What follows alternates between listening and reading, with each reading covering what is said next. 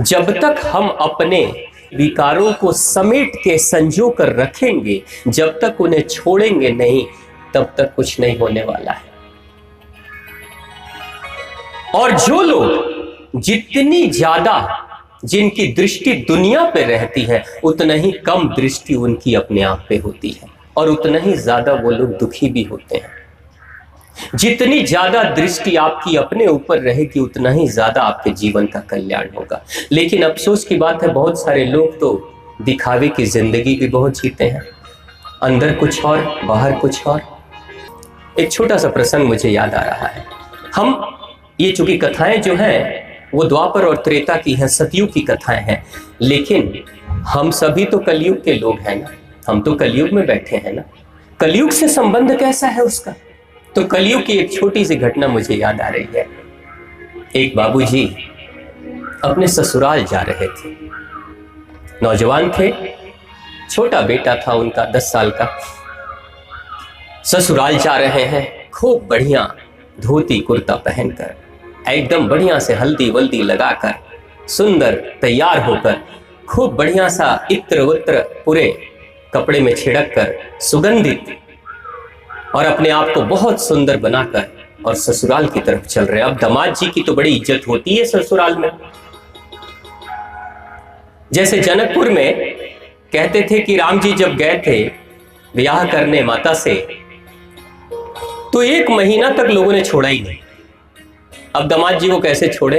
राम जी 1 महीने तक रहे थे वहीं पे। और आज भी परंपरा है जनकपुर में कि वहां अगर दामाद जी चले जाए तो 1 दिन में तो छुट्टी मिलती नहीं, 4 दिन 5 दिन 6 दिन 7 दिन, बारात आज भी 3-3 दिन रहती है वहां पे। हम लोग की बारात तो बस बाराती गए और खाना पीना खाओ और निकलते फिरो, अब चलो अपने घर की तरफ जाओ। लेकिन वहां आज भी 3-3 दिन तक बारातियां रुकती हैं, आज भी वही परंपरा है वहां पे मिथिला प्रदेश में। तो अब वैसे ही दामाद जी निकले अपने ससुराल की तरफ, खातिरदारी तो होगी, सासू मां खातिरदारी करेगी। अब जो पत्नी के भाई हैं बहन हैं, उनके ऊपर भी तो थोड़ा सा अपना कुछ इंप्रेशन जमाना है।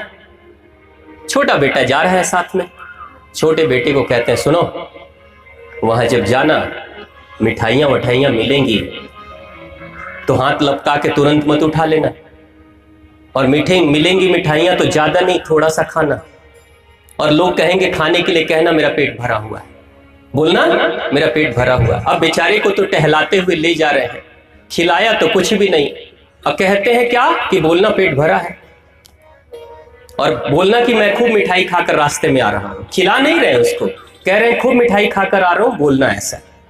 बेटा को ट्रेनिंग मिल गई, चलो बाबूजी हैं, हाँ में हाँ मिलाते जा रहा है, भूलना मत।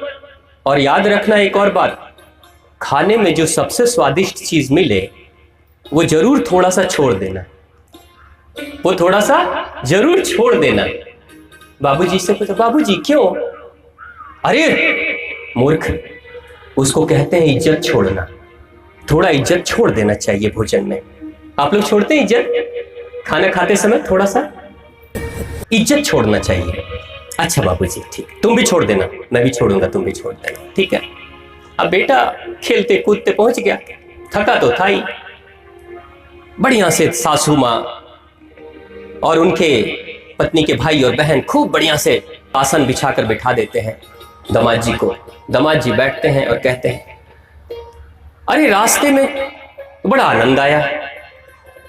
माता जी पूछती है कि आपको बाबू कोई कष्ट तो नहीं हुआ? ना ना कोई कष्ट नहीं। भूख प्यास तो नहीं लगी ज्यादा? नहीं नहीं, खूब मिठाइयां खाते आ रहे हैं, खूब पकवान खाते आ रहे हैं, देखो ये भी खूब खाते। हाँ बेटा खाया ना? हाँ बाबूजी खूब खाया। अब बेटा तो खूब खाया, उसको उसका दिल ही जानता है कितना खाया है। तब तक खीर पूड़ी सब्जियां, कई तरह की सब्जियां और स्वादिष्ट खीर, बासमती चावल का खीर जिसकी खुशबू टकरा रही थी किचन के अंदर से ही, रसोई घर के अंदर से ही। और बेटे के पास जब खीर चली आती है, बेटा तो उफ लार टपकाने लगता है, कब खाऊं। बाबूजी ने देख लिया और धीरे से आंखों का इशारा किया, देखो खीर की तरफ दिखाया, देखो इसी में से इज्जत छोड़नी है क्योंकि सबसे स्वादिष्ट यही है। अब बाबूजी खा रहे हैं, बेटा भी खा रहा है। बाबूजी खाते खाते अंत में इज्जत को थोड़ा सा अलग साइड में कर देते हैं खीर को, और बेटे को बेटा भी थोड़ा खीर निकाल लेता है साइड में। अब बाबूजी तो खा लेते हैं, निपट जाते हैं। उसके बाद से बेटे को तो भूख लग रही है, मांगने से मना किया था, मांगना मत, ज्यादा लपक लपक के खाना मत, है ना। अक्सर बाबूजी लोग समझाते हैं ना बच्चों को, देखो मांगना नहीं, है ना। जैसे हमारे बाबूजी बैठे हुए हैं, ये बिटिया बैठी हुई है जयाश्री। पहली बार जब मैं इससे मिला, आश्रम पे गए थे, तो कुछ ड्राई फ्रूट्स थे, काजू किशमिश। मैंने बिटिया को उठा के दिया कि लो बेटा। ये ऐसे देखती है अपने नाना जी को, इशारा मिले, परमिशन मिले तो कुछ आगे हाथ बढ़ाऊं। अंदर से तो दिल कर रहा है कि आगे हाथ बढ़ाऊं, लेकिन वो देख रही है दादाजी तो समझा कर लाए होंगे, उठाना मत। जब इन्होंने सर हिलाया, ले लो बेटा ले लो, तब वो धीरे से हाथ बढ़ा देती है। होता है ना। तो हम सभी सिखाते हैं अपने बच्चों को, उसी तरीके से उन्होंने भी सिखा दिया। लेकिन ये जरूरी है, ये भी सिखाना जरूरी है। नहीं तो मुझे याद है कुछ दिन पहले मैं एक कार्यक्रम में गया था, क्षेत्र के विधायक भी आए थे, बड़े बड़े गणमान्य अतिथि भी थे, सब लोग आकर बैठे हुए थे। ठीक उसी समय घर के एक नौजवान आते हैं, ट्रे में बढ़िया सा लड्डू और मिक्सचर वगैरह, ड्राई फ्रूट्स सब लेकर लाकर टेबल पे रख देते हैं और कहते हैं आप लोग कुछ ग्रहण करें। अब कोई भी ग्रहण करेगा इसका मतलब थोड़ी कि तुरंत टूट पड़ेगा उसके ऊपर, थोड़ा समय तो लगाएगा। अभी समय लग रहा है, मेहमान अभी सोच रहे हैं, तब तक घर का ही एक तंदुरुस्त सा मोटा सा बच्चा बाहर निकल कर आता है। ट्रे में एक हाथ, दूसरा हाथ, दोनों हाथ से उठा उठा के एक लड्डू और मिक्सचर दोनों खाने लगता है। अब सारे मेहमान बैठ के देख रहे हैं, वाह। उसके बाद घर वाले पूछे कि आप लोगों ने कुछ लिया? नहीं। हाँ, सब लोगों ने ले लिया। विधायक जी कहते हैं ले लिया, आप ले जाओ, अब हो गया, आप ही के बेटे ने खा लिया बढ़िया से। तो उसी तरीके से अब उस बच्चे को बोला कि इज्जत छोड़ना, इज्जत छोड़ दिया। बाबूजी तो खा के शांत हो गए, लेकिन बेटे की भूख अभी मरी नहीं थी, बेटे की भूख खत्म नहीं हुई थी। तो बेटा धीरे से कहता है, बाबूजी, बाबूजी। हाँ बोलो, क्या हाल है बेटा, क्या बात है? बाबूजी अपनी इज्जतिया खा जाओ, बाबूजी अपनी इज्जतिया खा जाओ। शांत, इशारा समझ गया, चुप हो गया। फिर बाबूजी सासू माँ से बात करने लगे। थोड़ी देर के बाद बेटा फिर कहता, बाबूजी अब भूख लग रही, चूहा कूद रहा है, बाबूजी इज्जतिया खा जाऊं, अपनी वाली इज्जतिया खा जाऊं। अब सोचा कि ये तो कुछ बोल ही नहीं रहे, खाली हूं हाँ कर रहे हैं, बस धीरे से इज्जतिया उड़ा दिया, अपनी इज्जतिया उड़ा दिया वो। अब पेट तो उसके बाद भी नहीं भरा। तो थोड़ी देर के बाद नजर पड़ती है बाबूजी की इज्जतिया पे, उसकी नजर पड़ती है। बाबूजी, क्या हुआ? बाबूजी आपकी इज्जतिया खा जाऊं। वो कहता है बाबूजी आपकी इज्जतिया खा जाऊं। हाँ तो मतलब चुप, इतना तो मिठाई खिलाया तुमको रास्ते में आते समय। हाँ? सासू माँ कहती है, बाबू क्या बोल रहे हैं? नहीं नहीं कुछ नहीं कुछ नहीं कुछ नहीं, वो कह रहा है बहुत खाना हो गया। अब सासू माँ को थोड़ा कम सुनाई दे रहा था। फिर कहता, बाबूजी आपकी इज्जतिया खा जाऊं, आपकी इज्जतिया खा जाऊं। बाबूजी थाली उठाते हैं, ले मेरे बाप, तू तो पैदा ही हुआ है अपनी इज्जतिया खाने के लिए और साथ में मेरी इज्जतिया भी खाने के लिए, ले खा ले। ये दिखावे की जिंदगी है। प्राकृतिक रूप से चीजों को नहीं देखना और दुनिया की दृष्टि में अपने आप को कुछ और दिखाने की कोशिश में ही इस तरह की घटनाएं घटती। उसी तरीके से सत्यजीत अपनी इज्जत बढ़ाने के चक्कर में अपने भाई की जान मरवा देता है, खत्म करा देता है।